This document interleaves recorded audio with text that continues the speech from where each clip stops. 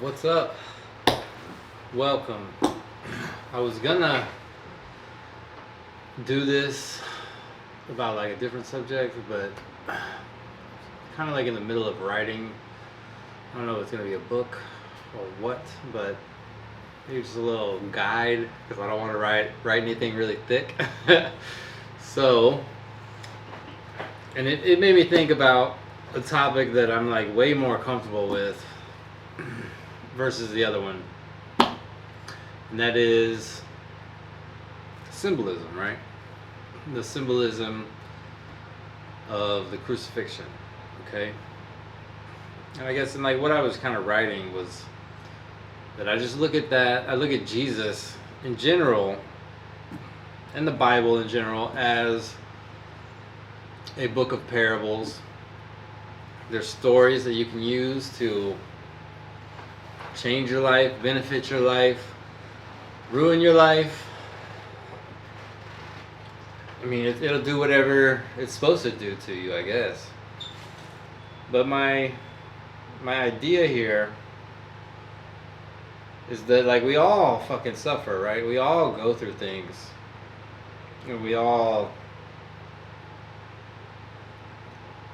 are going to suffer and go through things. And the subject I was writing about was depression. And I was explaining that in my lowest in my life was when I met my oldest son's mother, and we dated for 2 years.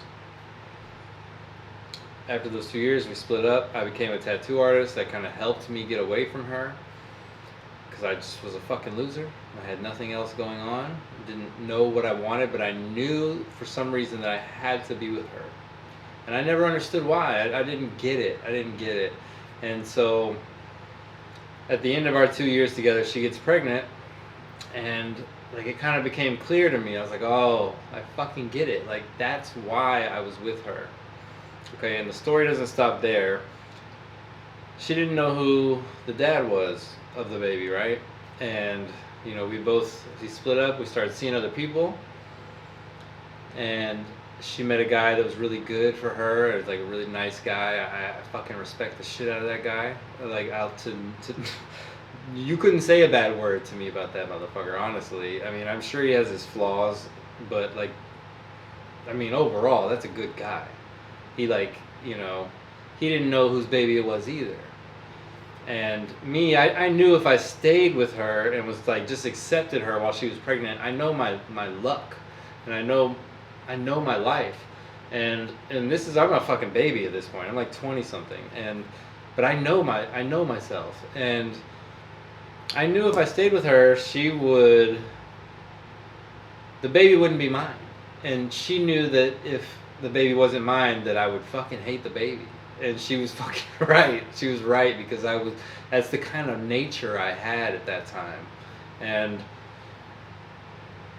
so she made a better choice, right? And she picked that guy, and that guy was in the army. And when I was just a wee little man, right? When I was just a wee little guy, my dad lived in Alaska.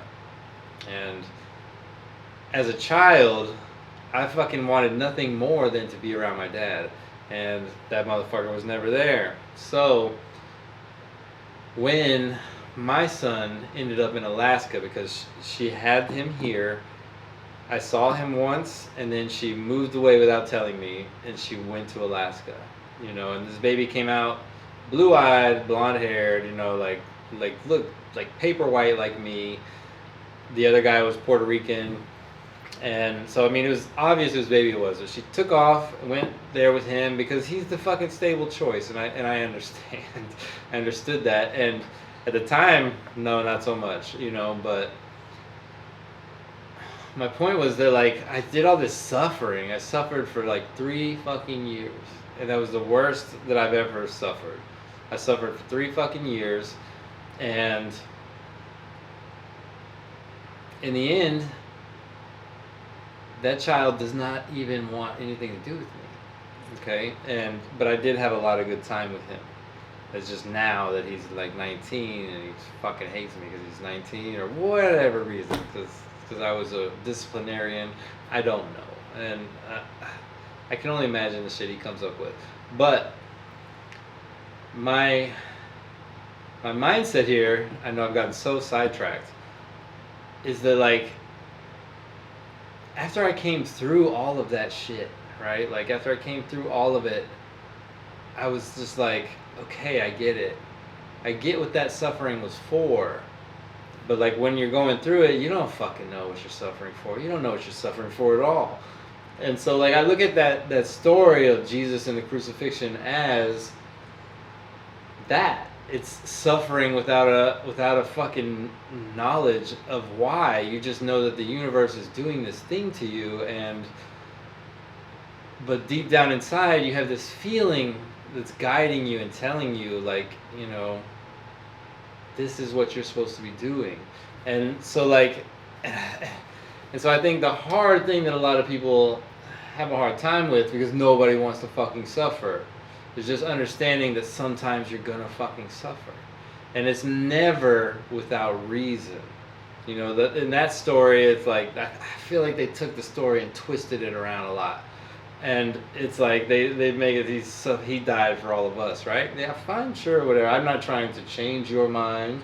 I'm not trying to do anything to your mind that you don't want done to it. I'm just saying. But I don't know if that's, you know, I think the fucking symbol is that you're gonna suffer. And you don't understand why. You don't understand why. I never understood why I was with that girl. And even now to this day, when like, I mean, my son wants nothing to do with me. But still, I feel that there's a purpose to all this. There's a purpose to that. Even, I could look at it like, fuck, I failed, everything got fucked up. But I don't. I look at it like there's a reason here. And it might not be my reason. This might not be benefiting me at all, right? Like it doesn't benefit me at all to go through this heartbreak that I go through. So maybe I'm suffering this time for him so that he can be happy, or so that he can figure some shit out in his life and it will play out well for him. And so I get the fucking story. I get it. I think it's really just about teaching you as a fucking animal, because that's what you kind of are, right? We're all fucking animals. Like we have these animal urges and we act on them quite a lot versus not acting on them. Like rage, anger, all that shit, that's animal stuff, right? But it's also normal stuff because that's us, right? We're mixed. We're mixed with a consciousness that's higher and a fucking lower self that's definitely lower. I mean, I fucked that up, right? But I think you can kind of get what I'm getting at here. And if you can't, I'm fucking sorry. I'm an idiot. I'm a fucking moron. Don't watch my shit. Like, just get on the comments and tell me how stupid I am. Do that. Like, but there is just this mixture of us, you know, like we're both. And sometimes you're gonna suffer, and I don't think that's a bad thing. And I think that's what the point is with that story, is that it's teaching you that this is the hero's fucking journey. The hero doesn't just be the hero for no fucking reason. The hero is the hero because he faces odds that are against him in every fucking way. There's nothing that seems like he could come out of this okay. He's a tiny knight fighting a big dragon, right?